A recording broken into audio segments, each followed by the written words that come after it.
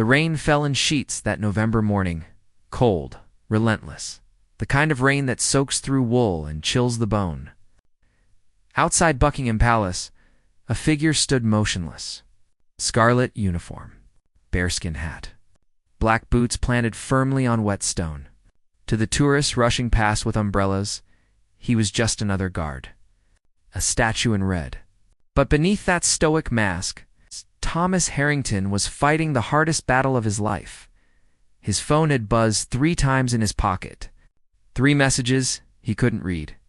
3 alerts he couldn't check. The timing couldn't have been worse. His daughter, Emma, was in surgery. A routine procedure, they had said. Nothing to worry about, they had promised. But the messages kept coming, and Thomas could do nothing but stand and watch and wait. The protocol was absolute. A royal guard does not move, does not speak, does not break formation, no matter what. Thomas had sworn an oath. He had trained for years. He understood the weight of duty. But knowing his 80-year-old daughter was lying in a hospital bed 5 miles away made every second feel like an eternity. If you're moved by this story, please subscribe. Stories like this need to be shared, and there's so much more to come. A woman approached with her phone raised. She made faces at him, tried to get him to smile. Her children laughed. Thomas stared ahead, his jaw tight, his breathing controlled, but inside, his mind was screaming. What did those messages say? Was Emma okay? Had something gone wrong? The shift was 4 hours long. He had been standing for 90 minutes. 2.5 hours to go? The rain grew heavier. Water dripped from the brim of his hat, ran down his neck, pooled in his boots. He didn't flinch. Couldn't flinch. This was the job. This was the duty. But then came the 4th buzz. Longer this time. A call, not a message. Someone was trying to reach him. Someone needed him, and he couldn't answer. Thomas had joined the Queen's Guard at 22. It was the proudest moment of his life. His father had served, his grandfather before him. The uniform meant something in his family. It meant honor, sacrifice, strength. When Emma was born, he had held her in these same hands that now gripped his rifle. He had promised her he would always be strong, always be there, always protect her. But what good was strength if he couldn't hold her hand right now? A tour guide was speaking nearby, explaining to a group how the guards were trained to ignore everything. Heat, cold, pain, insults, emergencies. They were symbols of unwavering dedication, she said. Thomas heard every word, and felt every word like a knife. The palace loomed behind him. Grand, historic, a symbol of a nation. And he was part of that symbol, a living piece of tradition. But he was also a father, and right now, that father was breaking. Another buzz. 5th message. His heart pounded so hard he was sure people could see it through his uniform. His daughter's face flashed in his mind, her gap-toothed smile. The way she called him Papa in that high, sweet voice.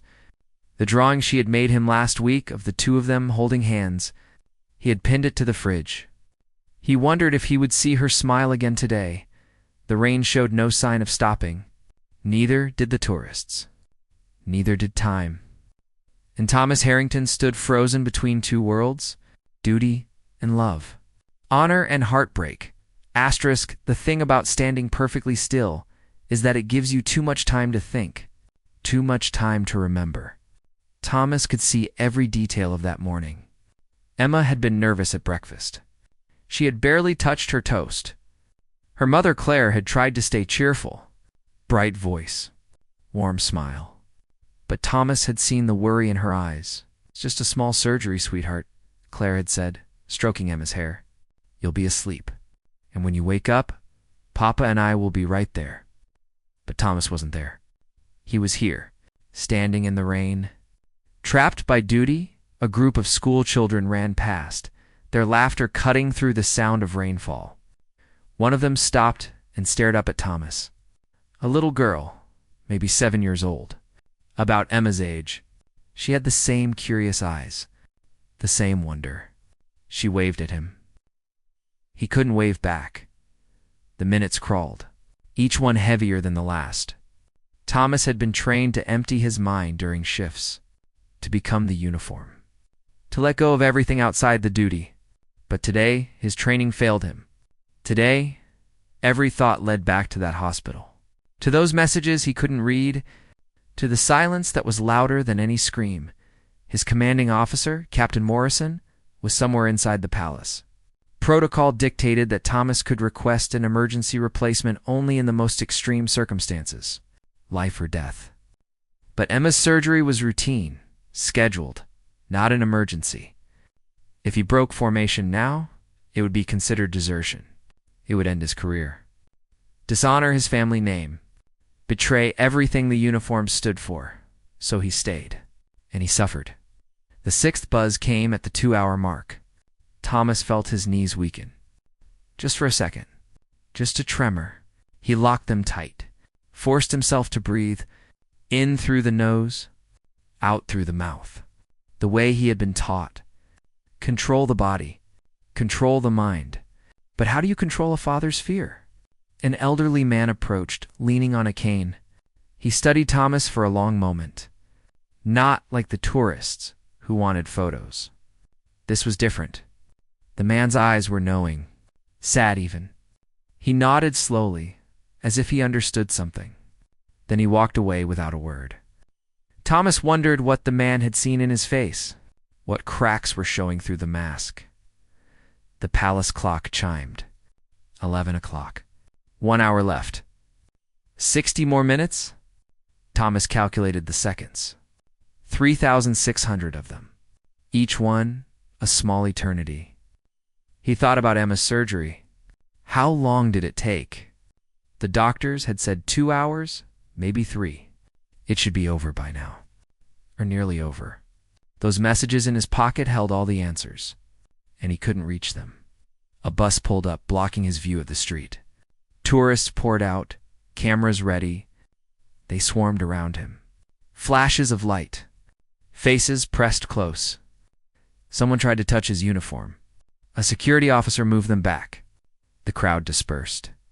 And Thomas remained. Alone in a sea of people, his mind began to play cruel tricks. What if Emma had called out for him?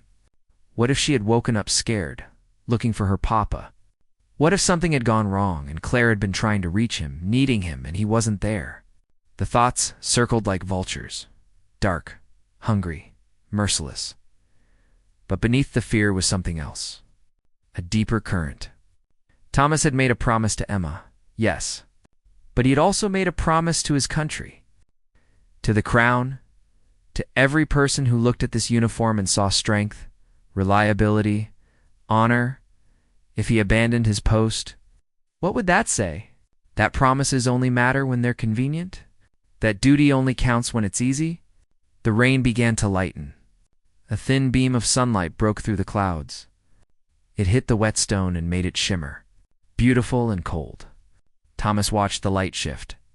He thought about his grandfather, who had stood this same post during the war, who had remained at his station even as bombs fell on London, who had never spoken about what it cost him, only about what it meant. The 7th message came, then the 8th. They arrived within seconds of each other. Thomas felt his chest tighten. Something was happening, something urgent, and he was powerless, completely, utterly powerless. His finger twitched on his rifle, just slightly, just enough to betray the storm inside. He steadied himself. 30 minutes left. Captain Morrison appeared at the palace entrance. Thomas saw him from the corner of his eye. The captain was speaking with another officer, gesturing toward the courtyard. Thomas felt a flicker of hope. Maybe someone had noticed. Maybe help was coming. But the captain turned and went back inside. The heavy door closed behind him, and Thomas was alone again. 20 minutes remained. The sun had fully emerged now. Steam rose from the wet pavement. The world looked clean, fresh, reborn. But Thomas felt none of it. He was drowning in stillness, suffocating in silence. A couple approached, arguing in French. Their voices were sharp. Frustrated, they were lost, trying to find their way. The woman pointed at Thomas, asked him something. He stared ahead, gave no response. She huffed and walked away, muttering. To her, he was rude, unhelpful. She would never know that inside his pocket, his phone was buzzing for the 9th time. She would never know that his world was falling apart one message at a time. Thomas thought about the moment. He had told Emma he would miss her surgery. She had been sitting on her bed, hugging her stuffed rabbit, the one with the missing ear. Her favorite, but Papa, she had said, her voice so small. I'll be scared. He had knelt beside her, taken her tiny hands in his. I know, my love. But Mama will be there. And you're the bravest girl I know. When I get home, I'll bring you something special. And I'll tell you stories until you fall asleep, she had nodded. Tried to be brave for him. Just like he was trying to be brave for her now. But bravery, Thomas realized, was just another word for enduring what you cannot change. A pigeon landed near his feet. It pecked at the ground, oblivious to the weight of the moment. Thomas envied the bird. Its simple existence. Its freedom. He had chosen this life. This uniform. This duty. But Emma hadn't chosen to be born to a father who served the crown. She hadn't chosen to need him on a day. When he couldn't be there, 10 minutes left. The phone buzzed again. 10th message. Thomas felt something break inside him. A small fracture, barely noticeable, but there. He had heard stories of guards who had fainted during shifts, collapsed from heat or cold or standing too long. It was rare, but it happened. And when it did, they were quietly replaced, helped away. Their service honored, but their moment of weakness never forgotten.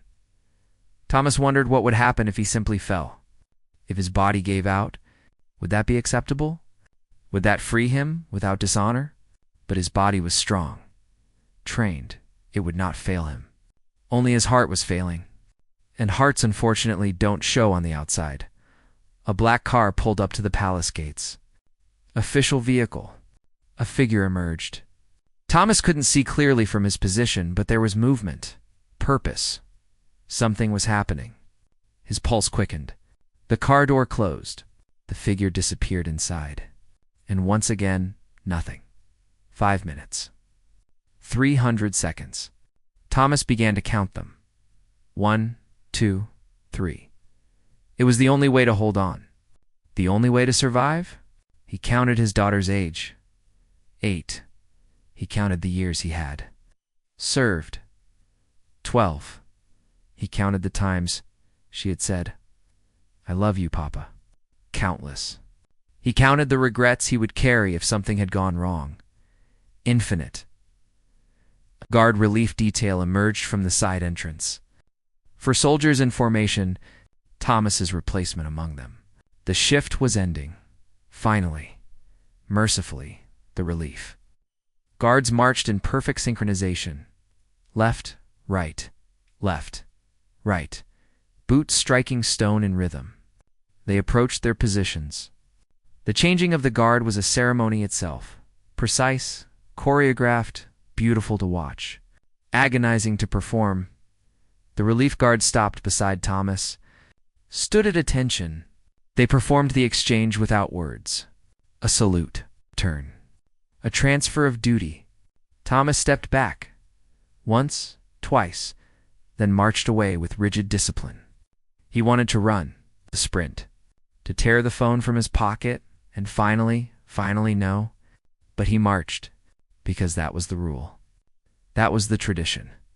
Even relief must be done with dignity. He reached the guardhouse. The door closed behind him. He was alone. His hands shook as he pulled the phone from his pocket. 10 missed calls. 13 messages. All from Claire. He unlocked the screen. His vision blurred, and he began to read ... asterisk. The first message was timed at 9:47 a.m. Going into surgery now. She's being so brave. Love you. The second, 10:23 a.m. It's taking longer than expected. Doctors say everything is fine? Just being thorough. The third, 10:51 a.m. Thomas, there's a complication. They need to. Thomas felt the room tilt.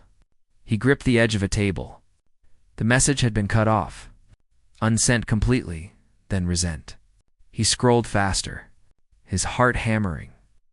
10:52 a.m. Sorry, signal dropped. They need to keep her under longer. Something about bleeding. I'm scared. The messages that followed were a mother's panic in text form, each one more desperate than the last.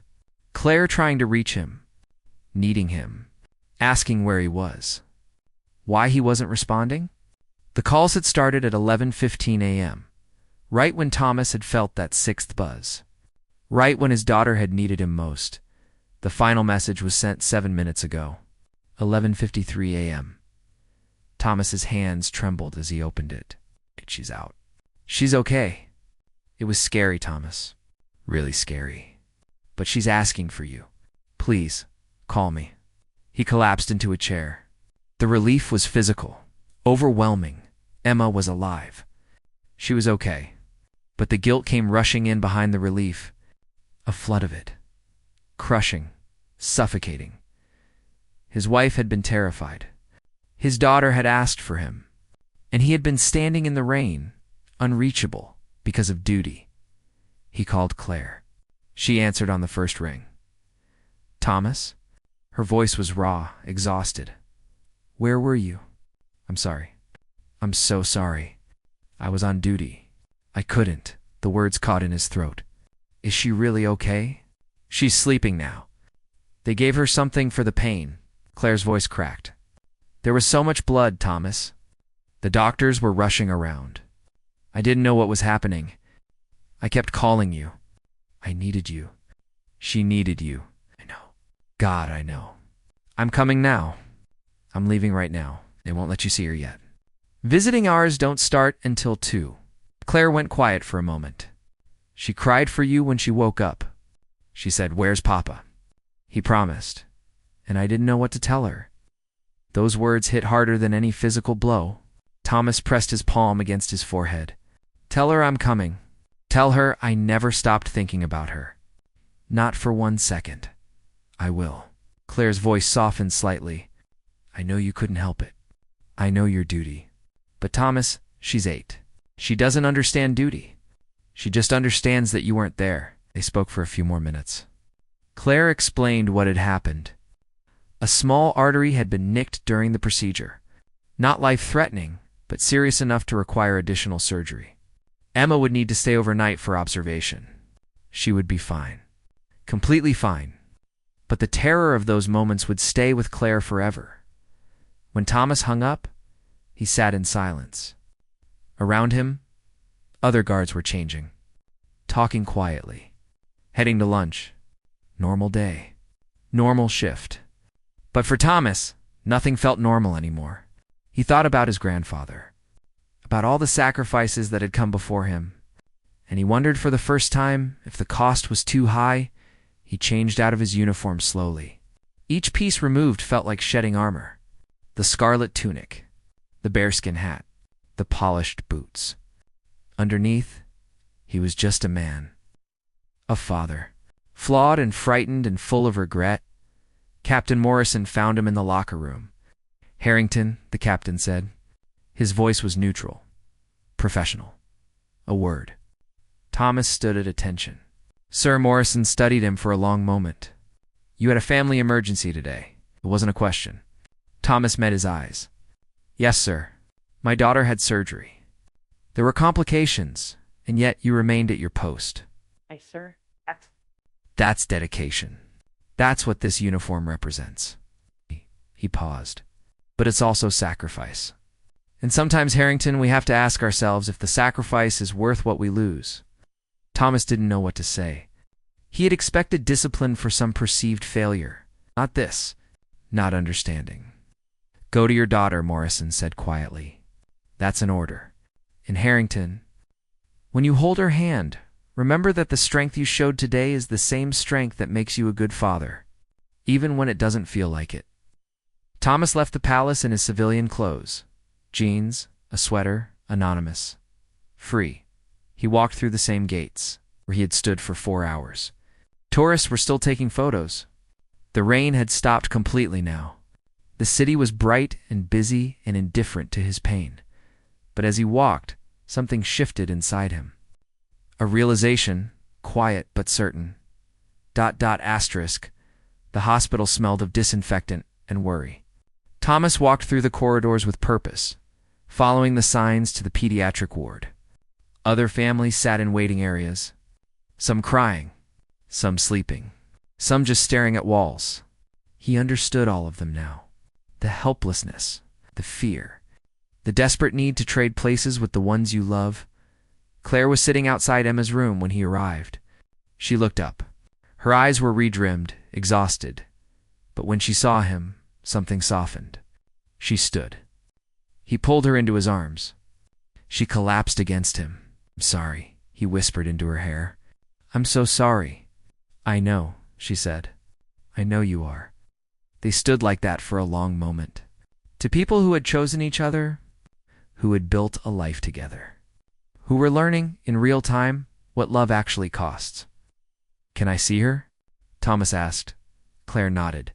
"She's been asking every 10 minutes. But Thomas, she's hurt. Not just physically. She doesn't understand why you couldn't answer." "I'll explain." "Will she understand the explanation?" The question hung between them. Heavy, unanswerable. Thomas entered the room quietly. Emma was lying in bed, her small body almost swallowed by white sheets. And 4 ran from her arm. Monitors beeped softly. She looked so fragile, so impossibly small. When she heard the door, she turned her head. "Papa." Her face lit up. Then just as quickly, confusion crossed it. "Where were you?" Thomas moved to her bedside, took her hand gently. "I'm here now, sweetheart. But before, when I was scared, I wanted you." Her voice was thick with hurt, the kind only children can express so purely. Thomas felt his throat tighten. "I know, I wanted to be here too. More than anything in the world. Then why weren't you?" How do you explain duty to an 8-year-old? How do you make her understand that sometimes being strong means standing still when everything in you wants to move? Thomas pulled a chair close to the bed, sat down so his eyes were level with hers. "Do you remember when we saw the guards at the palace? And you asked me why they stand so still?" Emma nodded slowly. "I told you they make a promise. To protect something important. To be there no matter what. Even when it's hard. Even when they want to do something else." He squeezed her hand gently. "Today, I was one of those guards. I had made a promise, and I couldn't break it, even though every part of me wanted to run to you. But I needed you," Emma said, tears welling in her eyes. "I know, my love. And that's the hard part. Sometimes the people we protect need us somewhere else, and we have to trust that they're strong enough, that they're brave enough." He brushed a tear from her cheek. "And you were. You were so brave. Mama told me. You're the bravest person I know." "I was scared, Papa." "Being brave doesn't mean you're not scared. It means you're scared and you do it anyway." He leaned closer. "Just like I was scared today. I was standing there and all I could think about was you. And I was so scared. But I trusted that you would be okay. And you are." Emma was quiet for a moment, processing. Then she said, "In that direct way children have, did you cry?" Thomas smiled sadly. "Inside, yes. A lot guards aren't supposed to cry. Everyone cries, sweetheart. Even guards. We just do it where people can't see." Emma reached up and touched his face, her small hand against his cheek. "I'm glad you're here now." "Me too. I'm never leaving this spot." He kissed her forehead.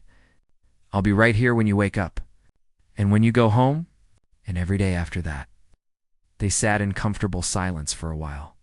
Thomas told her about his shift, about the rain and the tourists and the pigeon.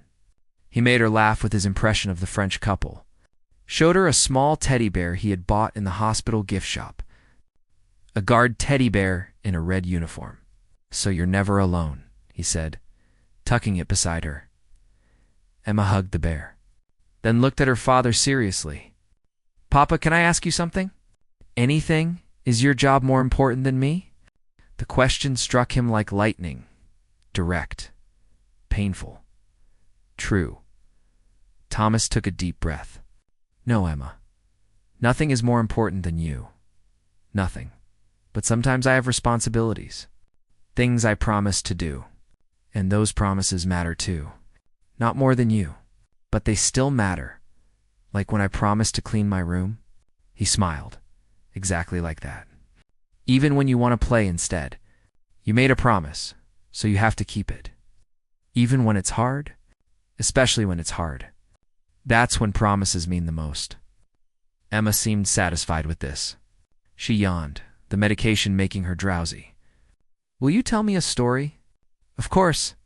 Thomas settled into his chair, still holding her hand. He began to tell her about a brave knight. But this knight didn't fight dragons. This knight stood guard over a kingdom. And sometimes, standing still was the hardest battle of all. As Emma drifted off to sleep, Thomas watched her breathe. In and out. Steady. Alive. Safe. And he made a new promise. Not to the crown, not to duty, but to this little girl who trusted him completely, even when he broke her heart.